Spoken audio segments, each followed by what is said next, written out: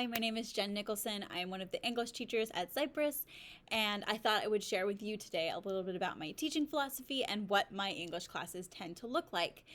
To start off, I've been at Cypress for 6 years. That includes a year of student teaching that I did at the beginning, obviously. And in my time here, I've taught all the grade levels, ninth, 10th, 11th, 12th. I've also taught AP level courses and honors levels courses. I have also taught courses that are primarily students with special needs. So my experience is very wide.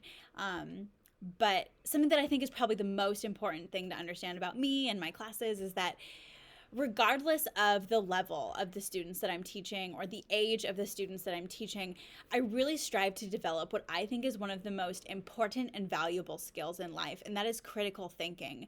And the reason I focus so much on critical thinking is because no matter what a student's goals are, if they want to continue to get a PhD maybe, or if they want to jump right into the workforce after they've graduated high school, in both avenues, critical thinking is invaluable. It is one of the most necessary tools to being a functional human in society and someone who is able to kind of assess their situation and their circumstances and the things going on around us. So because of that, I really strive to focus on critical thinking. But the really cool thing about focusing on critical thinking is it has really allowed me to implement a value that I have as a person and as a teacher, and that's that there is so much literature and content out there. So typically in my classes, students step beyond the canon. They step beyond what you would think would be taught in a typical high school English class. That means that typically I don't teach classics unless the classic is really well integrated into what we're doing. And the reason that I do that is because there are so many voices, be that women authors, world authors, LGBTQ authors, so many authors that aren't represented in the canon. I try to bring in those voices because that really is what helps us understand the world around us. And, in having that value as a teacher, it has allowed me to teach upwards of 60 different novels in my time here at Cypress, which has obviously taught me a lot as a teacher, but I think it also keeps it interesting and engaging for students because they never really know what to expect when they step into my classroom.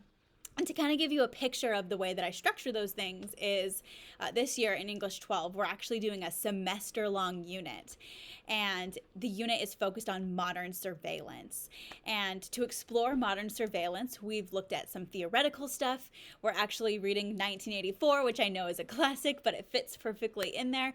And then we are going to round it out with looking at Edward Snowden's memoir, Permanent Record. And we're using all of these things to establish critical conversations around the use and presence of surveillance in our modern society. So you can see how we're using text to kind of expand a greater way of thinking about things. So those are kind of how my units work. I have a greater objective we're thinking about, and we might use one or two texts to explore that greater objective. And the subjects range. I've done an entire unit on North Korea. I've done an entire unit on feminism. I've done an entire unit on news media.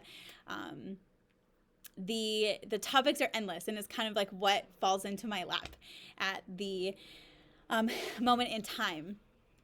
And so it keeps it really fun. The last thing that I want to mention that's more along the lines of my pedagogy is that I really believe that all students are at their own space of growth. One student might be really great at writing. One student might be really great at reading. Another student might be really great expressing their thoughts verbally, while another student might struggle with writing or struggle with talking or struggle with reading. The strengths and the areas of growth are endless, and they're unique to every student. And so because of that, I really strive to make my class not just centered around critical thinking, but centralized around the development of the individual student, which means that whenever students write things in my class, they get extensive individual feedback, which means that they submit a Google Doc and I look at their writing, and I don't just provide them like grammatical adjustments on the side. I provide them in-depth comments that ask them to think beyond what they've written or to explain more about what they've said. And I find that in doing that, it really allows each student to reach the potential that they have to grow to within that class period or within that year.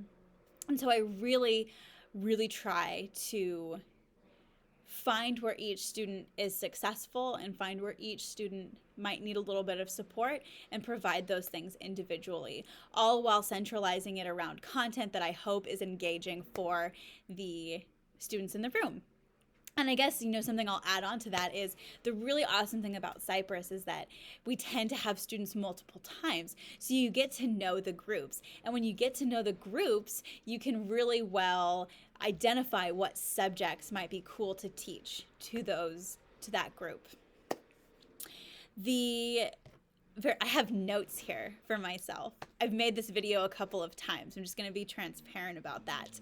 The last thing that I wanted to mention is that regardless of where a student is at in terms of their English skills, I have high expectations for all of my students, but that high expectation is based on the student's needs and the student's capabilities.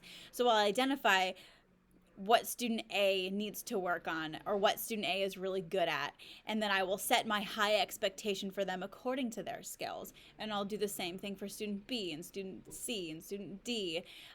So while I have high expectations, I make them achievable to the individual student.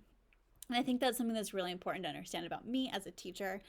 So I guess to sum it all up is that I really care about critical thinking. I have high expectations for my students, but I simultaneously care about making the content engaging for those in the room and making the instruction that happens for students very well catered to what the individual student needs. And all while doing that, we look at a ton of different topics that are really inspired by what's going on in the world at the given time. That is all that I want to share with you. Yeah.